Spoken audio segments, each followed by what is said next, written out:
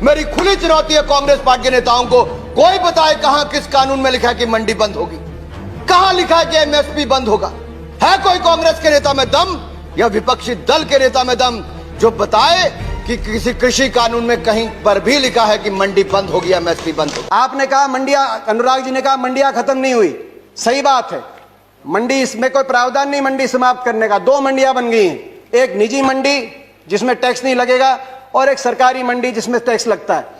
2 मंडी, एक देश एक विधान, एक देश एक संविधान, एक देश एक निशान, एक देश एक चुनाव, एक देश एक मार्केट। तो एक देश 2 मंडियां क्यों? किसान ही क्यों मिला आपको? एक मंडी। और ये जो टैक्स आप कह रहे टैक्स मुक्त कर दिया, टैक्स कौन देता है? खरीदार देता है इन मंडियों में टैक्स, किसान नहीं देता। पंजाब में 6.5%, हरियाणा में 4% और सरकार को देता है। हरियाणा पंजाब का आज ग्रामीण इंफ्रास्ट्रक्चर अच्छा क्यों है? हर गांव में अच्छी सड़कें क्यों हैं? क्योंकि ये जो टैक्स जाता है ग्रामीण इंफ्रास्ट्रक्चर और इन मंडियों के और किसानों के विकास के लिए इस टैक्स का इस्तेमाल होता है। इसीलिए आज पंजाब हरियाणा सबसे आगे। एमएसपी है, एमएसपी था, एमएसपी रहेगा। प्रधानमंत्री जी ने कहा एमएसपी थी, है और रहेगी। ठाकुर जी ने भी कहा कि कोई है किसमें दम जो बताए कि एमएसपी चली जाएगी। सही बात है, एमएसपी थी, है और रहेगी, मगर क्या एमएसपी सभी किसानों को मिलेगी और सभी फसलों पे मिलेगी? प्रश्न इस बात का उठता है। आप में दम है खड़े होकर आप कह दें कि एमएसपी मिलेगी हर किसान को देश में? आज भी शांता कुमार कमेटी बताती है कि मात्र 6% से 16% तक किसानों को एमएसपी मिलती है। बाकी देश में बहुत से ऐसे प्रदेश है जहां पे एमएसपी नहीं मिलती। आपको चाहिए तो यह था जो पंजाब, हरियाणा, पश्चिमी उत्तर प्रदेश में एमएसपी मिलती है वही एमएसपी बिहार में मिले, जहां धान 800 रुपए, 1000 रुपए में जा रहा है, 1800 रुपए में हमारे यहां धान मिल रहा है। आपको चाहिए था कि इसको वहां पे लेके जाएं, मगर आप वहां के किसान को की परिस्थिति हमारे यहाँ की करने की बजाय हरियाणा पंजाब के किसान की परिस्थिति उस तरह की करने की तरफ लेके जाए। इस देश में माननीय अध्यक्ष जी, दहेज का कानून, दहेज के खिलाफ कानून बने, ये इस देश में कभी किसी ने मांग नहीं की थी, फिर भी देश की प्रगति के लिए कानून बना था। माननीय अध्यक्ष जी, ट्रिपल तलाक, इसके खिलाफ कानून बने, ये किसी ने मांग नहीं की थी, लेकिन प्रगतिशील समाज के लिए आवश्यक है, इसलिए कानून हमने बनाए हैं। हमारे यहाँ बाल विवाह पर रोक, किसी ने मांग नहीं की थी कानून बनाओ, फिर भी कानून बने थे, क्योंकि प्रगतिशील समाज के लिए आवश्यक होता है। कहा गया कि बिन मांगे दिया गया, और बिन मांगे बहुत से कानून दिए गए थे। बाल कानून बिन मांगे दिया गया था, दहेज कानून, ट्रिपल तलाक बिन मांगे, कई बार अच्छे कानून बिन मांगे भी दिए जाते हैं। फर्क है उनमें और इसमें फर्क है। उनमें जिस वर्ग के लिए दिया गया वो वर्ग संघर्ष और आंदोलन के रास्ते पे नहीं आया। बाल कानून लागू हुआ तो दिल्ली को बच्चों ने नहीं घेरा बाल कानून वापस लिया जाए। दहेज का कानून आया तो महिलाएं धरने पे नहीं बैठी कि हमें दहेज देना है, मगर यहां जिस वर्ग के लिए आपने दिया वो वर्ग आज आपके दरवाजे पे आया, दिल्ली के आसपास लाखों की तादाद में बैठा है। हरियाणा सरकार का कॉन्ट्रैक्ट फार्मिंग एक्ट उठाइए, और वो तो हुड्डा जी के समय पारित हुआ था। हरियाणा के अंदर 2007 में हमने कॉन्ट्रैक्ट अमेंडमेंट लाए एपीएमसी के अंदर, निजी अलाउ किया निजी कंपनियों को, मगर साथ में कानून लिख दिया कि अगर कॉन्ट्रैक्ट एमएसपी से नीचे किया जाएगा तो गैर कानूनी होगा और कानूनी कार्रवाई होगी जो लोग इस तरह कॉन्ट्रैक्ट करते हैं। आप कह रहे हैं ज्यादा मिलेगी तो आप कर दीजिए, ये कानूनी प्रावधान देने का आप काम करें। प्राइवेट की बात करी कि आप प्राइवेट का खिलाफत कर रहे हैं, प्राइवेट की खिलाफत नहीं कर रहे। प्राइवेट आए, मगर मंडी के अंदर आने से किसने रोका प्राइवेट को? प्राइवेट मंडी के अंदर आए और एमएसपी से ज्यादा में खरीदे। कह रहे हैं बाहर भाव ज्यादा मिलेगा, विकल्प होगा, बाहर ज्यादा मिलेगा, बाहर ज्यादा भाव मिलेगा प्राइवेट में। तो आपको यह कानून बनाने में क्यों आपत्ति है कि अगर एमएसपी से कम का कोई कॉन्ट्रैक्ट होगा तो वो कानूनी बाध्य, उस पर बाध्य होगा। कान खोलकर सुन लो, ये हुड्डा कमेटी की रिपोर्ट के कारण आए। आपने कहा कि एक शरद पवार जी ने चिट्ठी लिखी थी, आपने कहा कि मुख्यमंत्रियों का समय हुड्डा कमेटी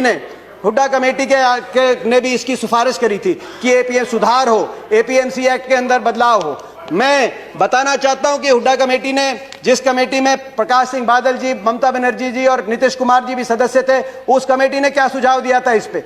उन्होंने कहा था कि एपीएमसी में सुधार हो, मगर एपीएमसी का विस्तार हो। सबसे पहले मंडी, जिस प्रकार से हरियाणा में हर 10 किलोमीटर में मंडी हमने स्थापित करी थी अपनी सरकार में, पूरे देश के अंदर हर 10 किलोमीटर में मंडी बने। दूसरा, प्राइवेट अगर आए तो मंडियों के अंदर आए, एमएसपी से ज्यादा पे खरीदें, एमएसपी से कम पे खरीदते हैं तो कानूनी कार्रवाई हो, वो ऐसी खरीदारी अलाउ ना हो। तीसरा, एमएसपी की कैलकुलेशन C2 के आधार पे हो, A2 कॉस्ट नहीं, C2 खर्चे के आधार पे एमएसपी कास्ट हो, जो आज किसानों की सबसे बड़ी मांग है। चौथा, एमएसपी जो चौथे उसमें कहा कि कर्जे का जो दर है वो no discussions please, no cross talk, no cross talk, no cross talk. किसी और की बात रिकॉर्ड पे नहीं जा रही है। दीपेंद्र जी कंटिन्यू। ये सिफारिश थी। मैं किसान आंदोलन को पवित्र मानता हूं और भारत के लोकतंत्र में आंदोलन का महात्म्य है और रहने वाला है और जरूरी भी है। लेकिन जब आंदोलनजीवी पवित्र आंदोलन को अपने लाभ के लिए बर्बाद करने के लिए निकलते हैं, तब क्या होता है? कोई मुझे बताए, 3 किसान कानून की बात हो और दंगाबाज लोग जो जेल में हैं, जो संप्रदायवादी लोग जो जेल में हैं, जो आतंकवादी लोग जेल में हैं, जो नक्सलवादी जेल में हैं, उनकी फोटो लेकर के उनकी मुक्ति की मांग करना, ये किसानों के आंदोलन को अपवित्र करने का प्रयास है कि नहीं? प्रधानमंत्री जी ने एक और बात की कि इस आंदोलन में कुछ पवित्र लोग हैं और कुछ अपवित्र लोग हैं। प्रधानमंत्री जी की बात हम मान लेते हैं, कम से कम आप पवित्र लोगों की बात मान लीजिए। आंदोलन में जो पवित्र लोग हैं, अगर आंदोलनकारी पवित्र हैं, पवित्र भावना से अपने हक के लिए बैठे हैं, आप उनकी बात मान लीजिए और इसकी शुरुआत आप दो कदम उठा के उसकी शुरुआत करिए। आप तुरंत, मैं मांग करता हूं, बातचीत के दरवाजे, क्योंकि आप भागे थे 11वें राउंड में बातचीत से, 12वीं बातचीत के दरवाजे खोलें। आपकी प्रजा है, अपनी प्रजा की बात मानने से आप छोटे नहीं होंगे, अपनी प्रजा की बात मानने से आपकी हार नहीं होगी। बातचीत के दरवाजे खोलते हुए। और दूसरा, जो 200 लोगों ने, 200 से ज्यादा किसानों ने अपनी जान कुर्बान करी है, उनके परिवारों के लिए आपके लिए सहानुभूति का एक शब्द नहीं निकला। कम से कम उनके परिवारों की मदद के लिए एक पैकेज की घोषणा करके विश्वास बनेगा। हम विश्वास बनाने वाले लोग हैं, विश्वास बनेगा। मैं हाथ जोड़ के आपसे प्रार्थना करता हूं, आपकी प्रजा, आपके लोग हैं, इनकी बात मानिए। आपका बहुत बहुत धन्यवाद। जय हिंद, जय जवान, जय किसान। आप देख रहे हैं सत्य खबर, सत्य सटीक बेबाक। मेरी खुली चुनौती है कांग्रेस पार्टी के नेताओं को, कोई बताए कहां किस कानून में लिखा है कि मंडी बंद होगी? कहां लिखा है कि एमएसपी बंद होगा? है कोई कांग्रेस के नेता में दम या विपक्षी दल के नेता में दम जो बताए कि किसी कृषि कानून में कहीं पर भी लिखा है कि मंडी बंद होगी, एमएसपी बंद होगी? आपने कहा मंडियां, अनुराग जी ने कहा मंडियां खत्म नहीं हुई। सही बात है, मंडी, इसमें कोई प्रावधान नहीं मंडी समाप्त करने का। 2 मंडियां बन गई हैं, एक निजी मंडी जिसमें टैक्स नहीं लगेगा और एक सरकारी मंडी जिसमें टैक्स लगता है। 2 मंडी, एक देश एक विधान, एक देश एक संविधान, एक देश एक निशान, एक देश एक चुनाव, एक देश एक मार्केट। तो एक देश 2 मंडियां क्यों? किसान ही क्यों मिला आपको? एक मंडी। और ये जो टैक्स आप कह रहे टैक्स मुक्त कर दिया, टैक्स कौन देता है? खरीदार देता है इन मंडियों में टैक्स, किसान नहीं देता।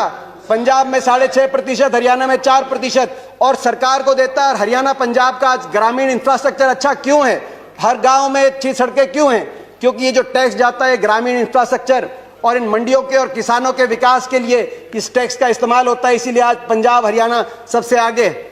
एमएसपी है, एमएसपी था, एमएसपी रहेगा। प्रधानमंत्री जी ने कहा एमएसपी थी, है और रहेगी। ठाकुर जी ने भी कहा कि कोई है किसमें दम जो बताए कि एमएसपी चली जाएगी। सही बात है, एमएसपी थी, है और रहेगी, मगर क्या एमएसपी सभी किसानों को मिलेगी और सभी फसलों पर मिलेगी? प्रश्न इस बात का उठता है। आप में दम है खड़े होकर आप कह दें कि एमएसपी मिलेगी हर किसान को देश में? आज भी शांता कुमार कमेटी बताती है कि मात्र 6% से 16% तक किसानों को एमएसपी मिलती है। बाकी देश में बहुत से ऐसे प्रदेश है जहां पे एमएसपी नहीं मिलती।